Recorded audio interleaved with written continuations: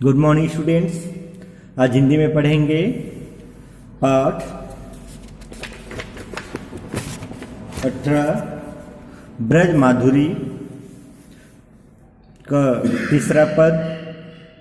प्रस्तुत पद्यांश हमारी पाठ्य पुस्तक छत्तीसगढ़ भारती के ब्रज माधुरी पाठ से लिया गया है। इसके कवि कौन है? भारतेंदु हरिश्चंद्र जी हैं। चलिए पढ़ते हैं। सखी हम काह करे कितक जाएं, बिन देखे वह मोहिनी मूरति, नैना नाही अघायें।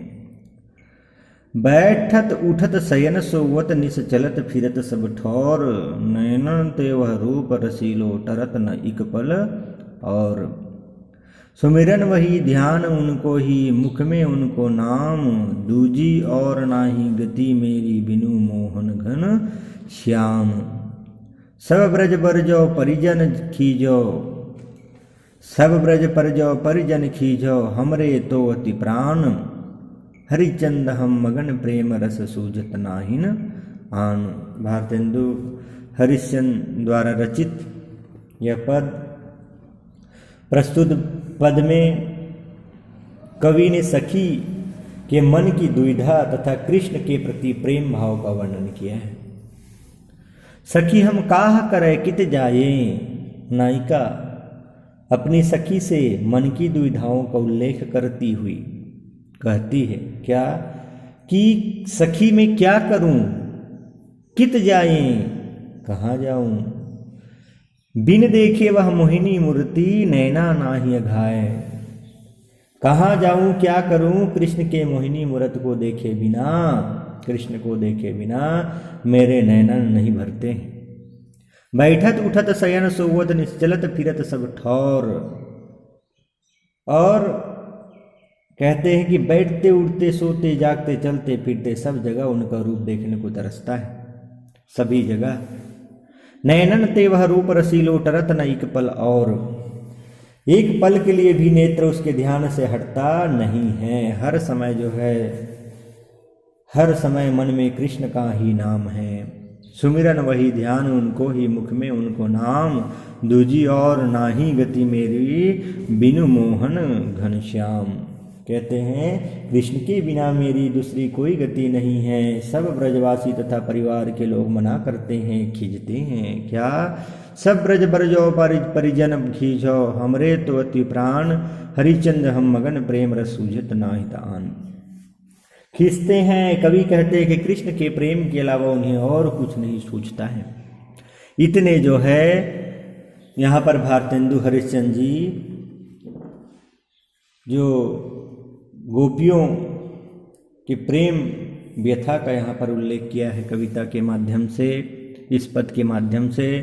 और आप लोगों को भी पता है कि जो गोपियाँ हैं वो तो अपने जो प्रेम में भक्ति से भगवान श्री कृष्ण को भी नाच नचायो, ऐसा एक दोहा में आप लोग पढ़े थे पिछले बार, है ना। और बताया था मैं कि किस प्रकार से जो है उनको भगवान श्री कृष्ण को भी अपने प्रेम के वश, इसलिए तो बोलते हैं ना प्रेम के वश तो भगवान हैं, तो फिर सब व्यक्ति क्यों ना प्रेम चाहे। कहने का तात्पर्य है कि प्रेम के भूख, प्रेम से भाव से तो सब रीझ जाते हैं। कितने कठोर, किससे कठोर हृदय भी होते हैं वो भी पिघल जाते हैं। तो भगवान श्री कृष्ण को भी गोपियाँ जो है अपने प्रेम से नाच नचा देते हैं। कैसे नाच नचाते हैं? तो ऐसा कथा प्रसंग में निकलता है कि उनको जो है एक बार ऐसे ही उनको गैया के गोबर को उठाना होता है गोपियों को।